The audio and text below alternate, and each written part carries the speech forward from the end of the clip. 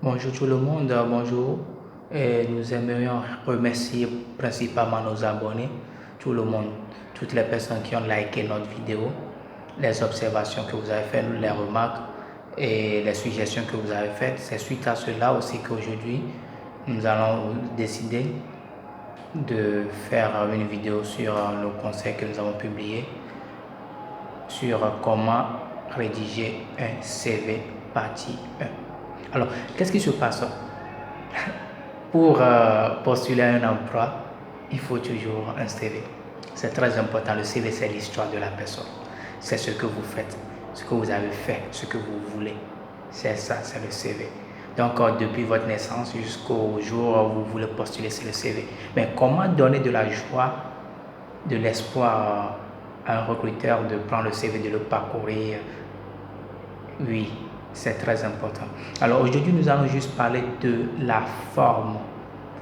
Oui, quand le recruteur imprime votre CV ou bien télécharge cela et voit ça, qu'est-ce qui va lui donner l'envie de lire toutes les pages que vous avez faites? Première des choses, il ne faut pas que votre CV dépasse plus de 3 pages. Impossible, ce n'est pas bon.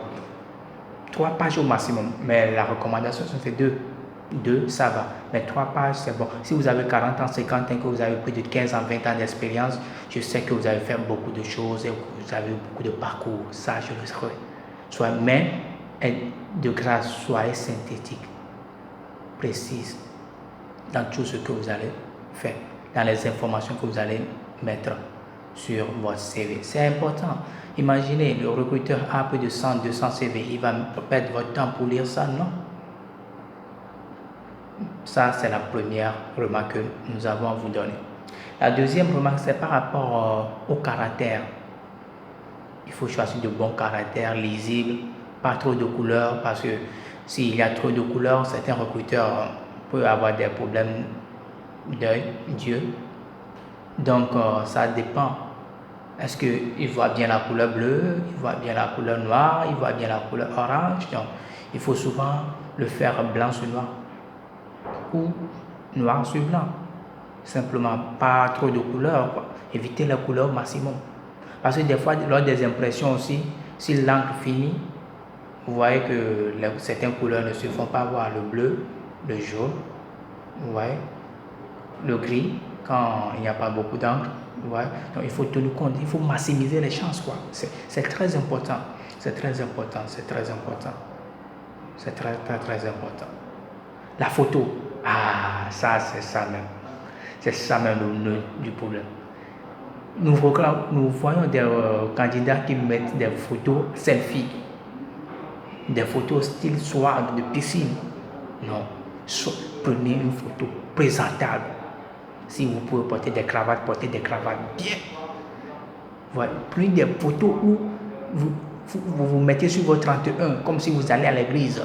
Et partez, soyez joli, coiffez-vous de bonnes coiffures. Peignez-vous, si vous êtes femme, peignez-vous de bonnes coiffures. Puis, lavez-vous bien le visage. Si vous, les maquillages, faites ce que vous voulez faire. Que la photo soit clean, bien présentable, je vous rassure. Ça donne beaucoup de choses et ça véhicule beaucoup d'informations sur vous et sur ce que vous faites. Et ça montre vraiment du sérieux. Donc, les trois recommandations sur la forme, je vais les rappeler. Il y a la photo, c'est bon. La mise en page, le nombre de pages, les caractères, la couleur, c'est important.